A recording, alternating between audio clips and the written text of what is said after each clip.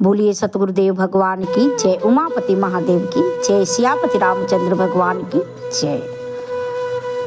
प्रिय सज्जनों, हमारे महापुरुष कहते हैं, संसार सिंधु से तो क्या खाक पार होगा, विषयों के बिंद में तो किश्ती डूबे रहे हो, किश्ती डूबे रहे हो।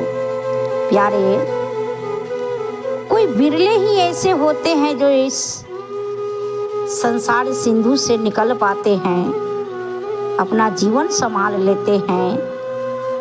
लेकिन अक्सर जो होते हैं ये भवसागर के चपेट में आ जाते हैं, भवसागर रूपी समुद्र में के चपेट में आ जाते हैं।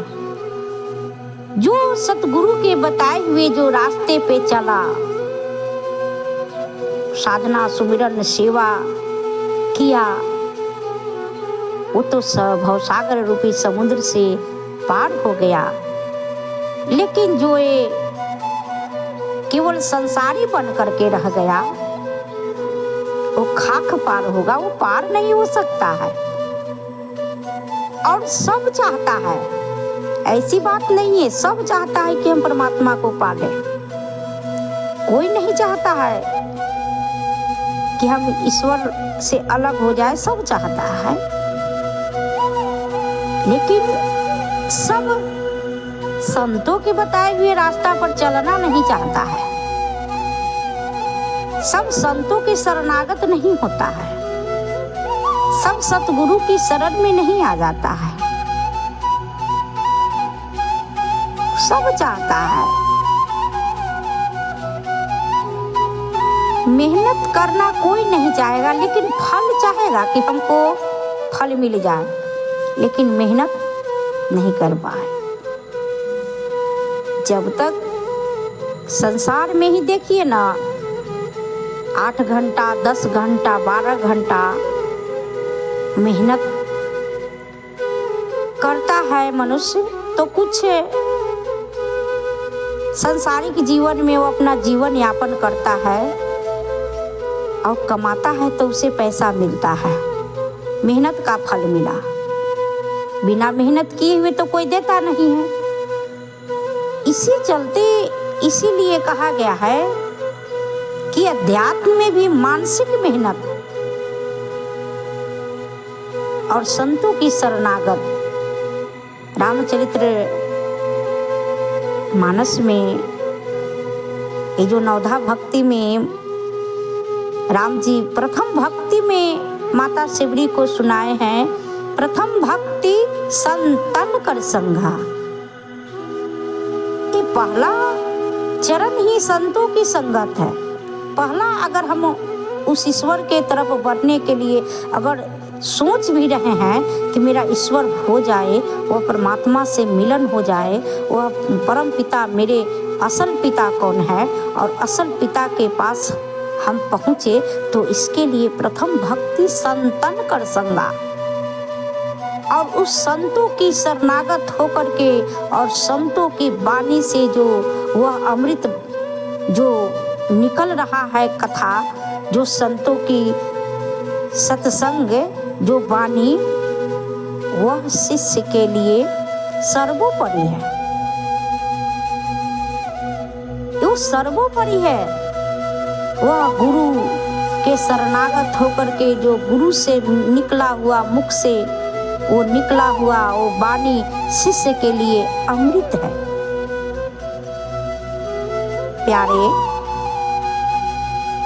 वो निराकार ब्रह्म का जब ये धरती के मानव पर दया आता है, तो वे बड़ा वो क्योंकि वो दयालु हैं, तब वो साकार ब्रह्म रूप में वह सतगुरु इस धराधाम पर आते हैं, वही ब्रह्म साकार स्वरूप में आते हैं और हम और आपके ज्ञान देते हैं और ज्ञान दे करके योग्यता बनाते हैं।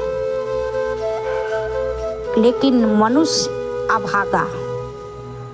मनुष्य अभागा है और संसार में उलझकर रह जाता है। और जिसके पीछे न भागना उसी के पीछे भागता है।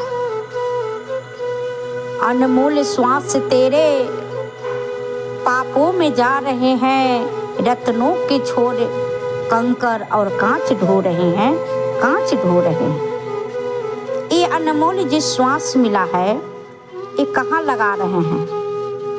संसार में लगा रहे हैं। और संसार जो मेरा है नहीं, जो मेरा है नहीं उसी के पीछे तो पड़े हुए हैं। उसी के पीछे पूरा जीवन पड़े हुए रहते हैं। तो क्या बटोरते हैं? खाक बटोरते हैं, कांच बटोरते हैं। और कांच तो गड़ेगा ना, क्योंकि कांच तो गड़ता है। लेकिन जिसको पीछे पड़ना है उसको पीछे तो पड़े नहीं। जो मेरा लक्ष्य था, लक्ष्य क्या था? मानव का उद्देश्य ही है ईश्वर की प्राप्ति, परमात्मा की प्राप्ति। और परमात्मा की प्राप्ति कैसे होगा? जब तक संतों की शरणागत नहीं होंगे, जब तक कोई मार्ग प्रशस्त करने वाले सच्चे सतगुरु के शरण में नहीं जाएंगे, तब तक वह मेरा उद्देश्य कैसे पूर्ण होगा? ये बड़ा भाग मानुष का तन मिला है। ये जीवन क्षणभंगुर है। ये क्षणिक सुख के पीछे पड़ जाते हैं और वही अच्छा लगता है। लेकिन प्यारे, ये संसार नीरस है, यहाँ कोई रस नहीं है। ये समय बड़ा कम है। ये जीवन कब क्या हो जाएगा ये कोई गारंटी नहीं है, क्योंकि हर समय हम काल के मुंह में हैं। मेरे पीछे काल चल रहा है, हम पे ना जाने कब वो झपट्टा मार दे, ये कोई नहीं जानता है। और बड़ा भाग ये मनुष्य का तन मिला है, बड़ा भाग से मिला है। सजनों, इस संसार सिंधु में आए हैं, संसार में रहकर उस करतार को, उस परमात्मा को में मिल जाए।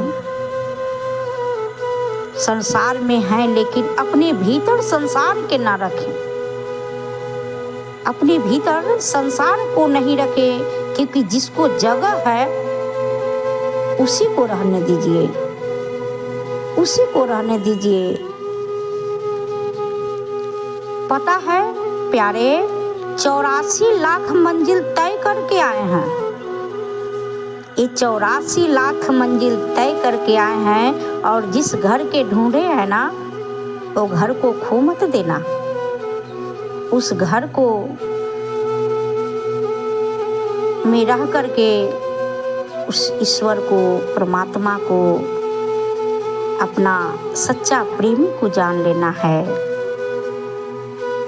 यहाँ जितना रिश्ता नाता है ना, ये सारा रिश्ते नाते सब स्वार्थ पर टिका हुआ है। हर रिश्ता स्वार्थ पर है। हर रिश्ता, अगर पति कमा के ना दे वहाँ भी स्वार्थ है, वहाँ भी रिश्ता नहीं चलेगा। अगर पत्नी आपका कहा नहीं माने वहाँ भी रिश्ता नहीं टिकेगा। अगर माँ बाप अगर बेटा को अपना जगह जमीन जथा ना दे तो वह भी बेटा, देखिए यहाँ जितना है रिश्ते नाते ये सब स्वार्थ बस है। निस्वार्थ कोई प्रेम नहीं करता, क्योंकि संसार में प्रेम है ही नहीं। यहाँ तो मोह है, यहाँ तो लोभ है, और मोह और लोभ ये सब तो विकारी है। ये थोड़े आपका शांति प्रदान करेगा, ये तो और बेचैन करके रख देगा। बड़ा मेहनत से, बड़ा प्यार से बच्चा को पाला, बेटा को पोसा, उसका शादी ब्याह किए, फिर उसको नौकरी लग गया, अपना बहू के लेकर के अगर बाहर चला गया तो देखिए जब तक हैं जब तक कुहरते रहेंगे, रोते रहेंगे। क्यों? क्योंकि क्योंकि बड़ा मेहनत से बच्चा को पाला था। मेरा बच्चा देखिए हमसे बिछड़ कर कहाँ चला गया। यही है, यही रिश्ते नाते हैं। और जो आपका है ना वो कभी नहीं छोड़ेगा, वो कभी नहीं छोड़ेगा। जो असल आपका पिता है वो अपने बच्चे को, अपने संतान को नहीं छोड़ते। असल आपका वो निराकार पर ब्रह्म परमेश्वर और वही सगुण साकार ब्रह्म स्वरूप गुरु आपका है। जो आप जिस ऐसे हैं वैसे आप गुरु की शरणागत होकर के अपना जीवन को धन्य करिए सजनों, जीवन को धन्य बनाएं।